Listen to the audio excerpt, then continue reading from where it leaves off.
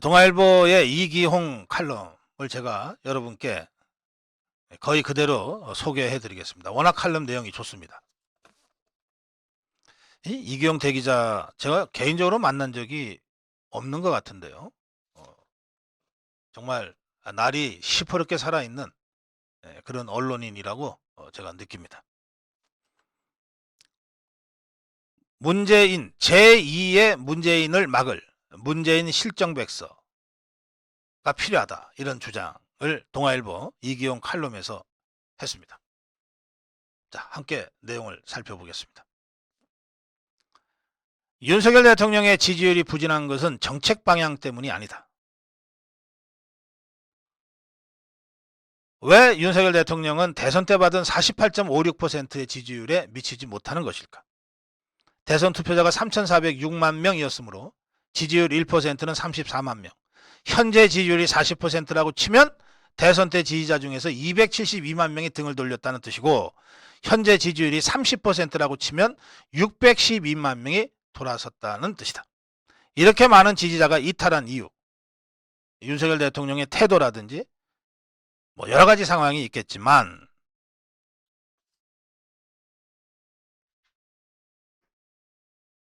지지율 부진의 가장 결정적인 요인은 문재인 정권 심판을 제대로 하지 못하고 있기 때문입니다. 이게 이기홍 대기자의 주장입니다. 문재인 정권에 대한 심판을 제대로 하고 있지 못하기 때문에 문재인 정권을 심판해달라고 윤석열 대통령을 지지한 사람들이 실망감에 등을 돌리고 있어서 이렇게 된 것이다.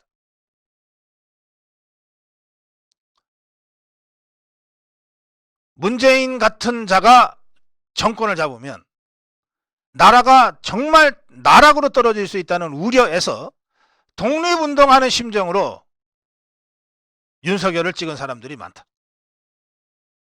따라서 윤석열 대통령은 좌파 정권 청산이라는 소명을 갖고 태어났던 것이다.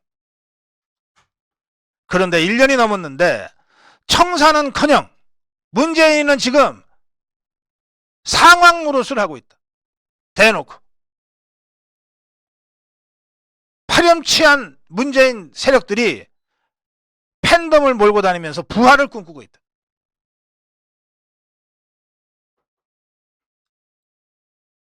윤석열 대통령이 어제 그저께 국무회의에서 건물과 제도를 무너뜨리는 데는 시간이 걸리지 않는다, 순간이다 라고 하면서 문재인 정권에 대한 강력한 비판을 했지만, 이 말은 100번 옳은 말이나 두루뭉실하고 총론적인 비판에 그친 것이다. 더 구체적으로 문재인 좌파 정권의 실정을 적시하고 그에 따르는 책임을 묻는 행동을 해야 한다. 예를 들어서 소득 주도 성장, 소주성은 누가 어떻게 입안해서 실행됐는지 객관적으로 밝히고 평가해야 한다. 최저임금 급속 인상 결정 과정에는 누가 입김을 넣었는지,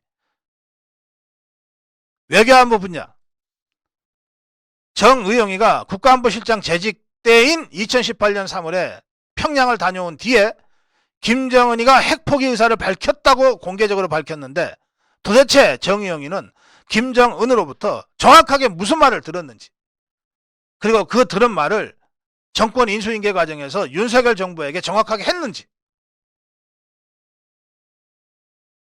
정의용이가 개인적으로 북한 여행 갔다 온 게 아니라면 김정은이가 한 말은 정확하게 다음 정권인 윤석열 정부로 인계되었어야 한다. 그거 제대로 했느냐? 또 문재인이가 2018년 4월에 판문점 도보다리에서 김정은이한테 USB를 넘겨줬는데 그 내용이 무엇이었는지 윤석열 정부는 제대로 보고받고 알고는 있는가? 없다면 정권 인수가 전혀 안 됐다는 뜻 아니냐? 중국 외교부는 문재인 정권이 산불 약속했다고 주장하는데 진짜 누가 가서 어떤 약속을 했는지 파악하고 있는가? 그런 걸 모르고 어떻게 대중국 정책을 펼 수 있는가? 지난 5년간 정부 부처는 물론이고 산하기관 조합 등에서 얼마나 많은 종북 주사파 좌파들이 국민 세금을 공짜로 타갔는지, 문화계, 학계, 언론계, 좌파 인사 단체에 지원금이 어떻게 지급돼서 좌파 생태계를 강화시켰는지 파악이나 제대로 하고 있는가?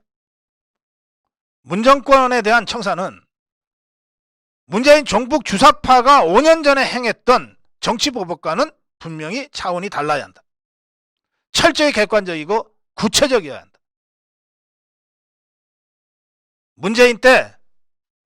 문재인 종북 주사파 정권 때는 문재인이가 검찰을 앞세워서 광란의 칼춤을 춤으로써 5명이 유명을 달리하고 수백 명이 사법처리 당했다. KBS, MBC, YTN 등에서 인민위원회를 연상케 하는 위원회가 만들어져서 숙청극을 벌였다. 이제 정권이 바뀌었다. 자유파 정권이 그렇게 하라는 게 아니다. 자유파 정권은 달라야 한다.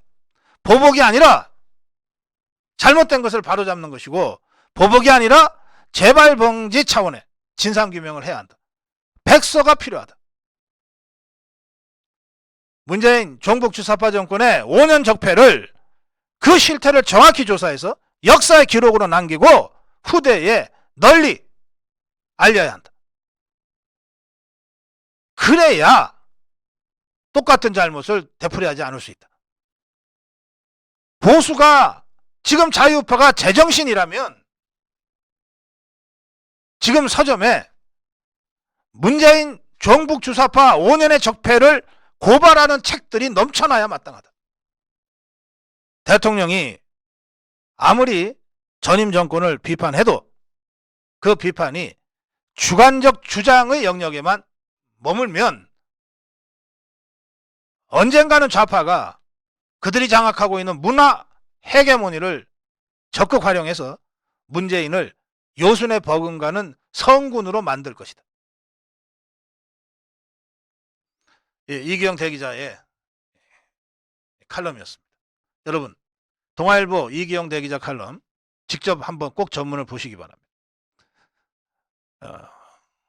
제가 여기에 한두 마디만 덧붙이겠습니다.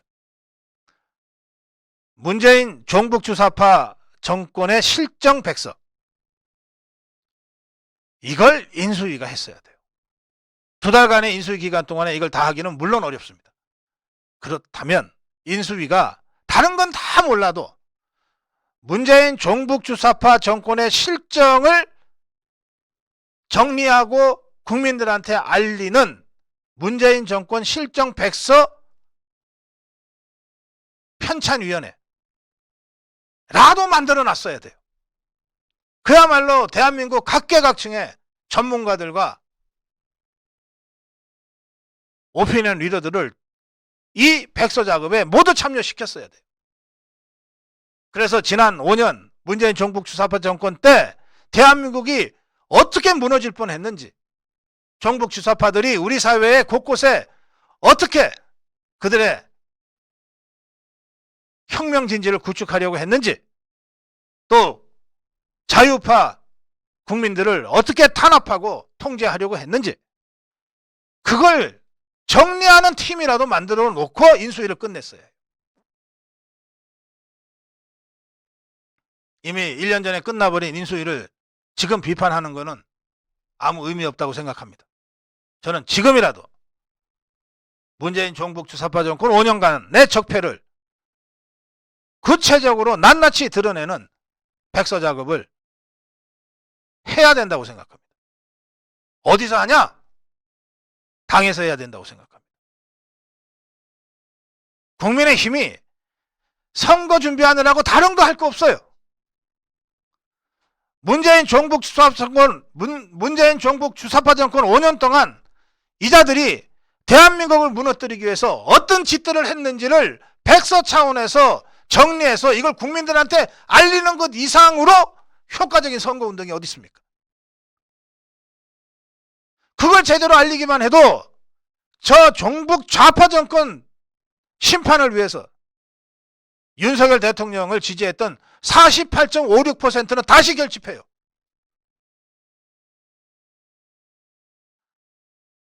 너무나 필수적인 선행 과제입니다. 그리고 가장 효과적인 전국 주사파에 대한 공격이에요.